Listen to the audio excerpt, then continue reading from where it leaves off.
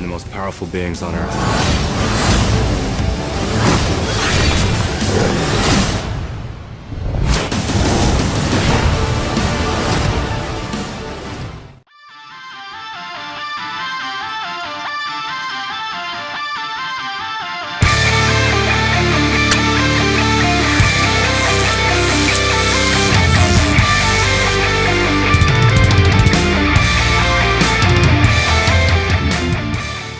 Hi and welcome to the Geek Legion of Doom. We're going to be talking X-Men Apocalypse.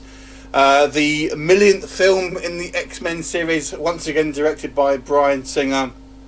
And this one really follows on from Days of Future Past. This one's focused in the 80s, the good old 80s, my favourite decade. And basically follows the X-Men as they fight against Apocalypse, who is an ancient mutant with unimaginable powers. And he basically recruits 4 horsemen or 4 other mutants to fight by his side, and obviously we have the inevitable clash between the X-Men and these guys as Apocalypse plans to cleanse the world of anyone who doesn't see fit. So we're going to keep this kind of spoiler free because I know it hasn't come out in America at the time of filming this. With me today I have special guest reviewer Christine, who will give her thoughts on it. So I want to talk a little bit about the kind of the critical reception so far. It's been somewhat mixed. In the same year that we've had Deadpool, which is beloved, then we had Batman vs Superman, which was kind of critically bashed. Then we had Civil War, which was kind of, you know, was at about 90% last time I looked, and now this one's kind of sitting in the kind of the mid 50s in regards to kind of Rotten Tomatoes. I'll come on to where I feel it kind of sits personally in just a moment, but first of all, we'll go to Christine about what you didn't like about this film, first of all.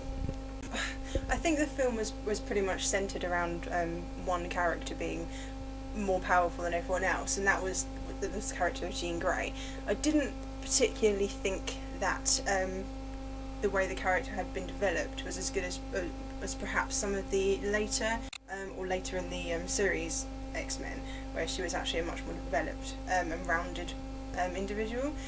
So it would have been nice to see more of the origin stories of some of the other members of the team.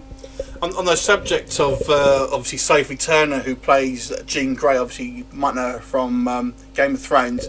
I felt like she was struggling with the accent a little bit sometimes. I don't know if you've noticed that. You kind of hear her kind of come in and out. But on the subject of kind of characterisation, obviously with the X-Men film, it's a massive ensemble piece, so it's kind of difficult for everyone to get, you know, a huge amount of screen time.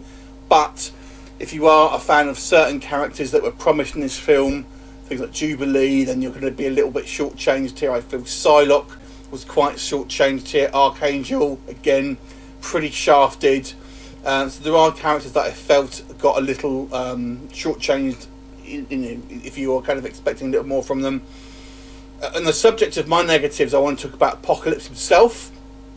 I feel there was a missed opportunity with Apocalypse. You know, if you watch the trailers, I won't go into spoilers, but there's certain things you think, well, at least it does that. Not quite what you're going to think in this film. I feel the look of him was, obviously, there was a lot of kind of criticism about him, the way he looks. And we've seen some concept art about what he could look, so I felt, you know, he would have been benefited from maybe being a computer-generated character. But on the subject of computer generation, I thought some of the CGI was a little weak in places as well. Well, we'll go on to the positives, because I would say Michael Fassbender I thoroughly enjoyed in this film. I thought he was, especially at the very beginning. Yeah, I thought he was fantastic. Going into anything, yeah. I thought he's always good though. When he's kind of like, you know, pulling the kind of the metal up from the dirt and stuff, you really feel the strain. He tortured pretty well. He does, yeah. He was great, and I would say that there are, you know, as much as there are some misses with the characters, I thought Nightcrawler was quite good in this film. I thought a lot of the other characters, you know, I guess the elephant in the room we have to really talk about is Mystique, played by Jennifer Lawrence. And there's been a lot of talk of her kind of mailing it in. I have to say I disagree. I didn't think she did a bad job at all, if I'm honest. I wouldn't say, you know, it's not Oscar worthy moments, but I didn't get the impression that she was necessarily mailing it in. I know there has been some discussion that I personally didn't think so. So I thought she was fine. You know, and I actually kind of, the other criticism I've seen as well is people haven't liked the conclusion and the kind of the the final action scene, I thought it was good. I enjoyed it. You know, it is a little CGI heavy, admittedly, but I did think there were some good character beats, and obviously Quicksilver, I think it's going to be everyone's kind of favourite. And any thoughts on him? Yeah, no, I liked the way he was definitely a bit of a comic relief. I think he has quite a large section, sort of. I'd say about a third way through the film, which I thought was actually quite well done, and it sort of made light of what was otherwise quite a serious situation, which was good.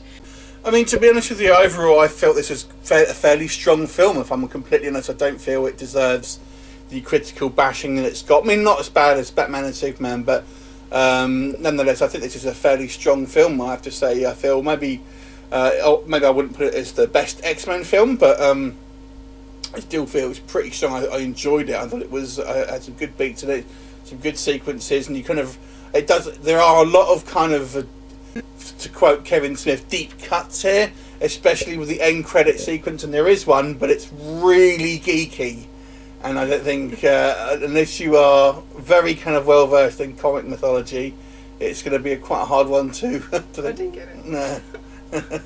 So I won't spoil it for you, but it's very geeky. I would say you need to be a comic book reader really to kind of understand it.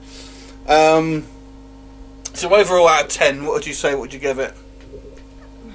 Better than average, 6. I'll say. 6 out of 10. I'm actually going to go 7.5. I actually thought it was a pretty good film. I really enjoyed it. I don't really think there's too much wrong with it, if I'm completely honest with you. 7.5 for me. 6 for Christine. Thanks for watching, and bye for now.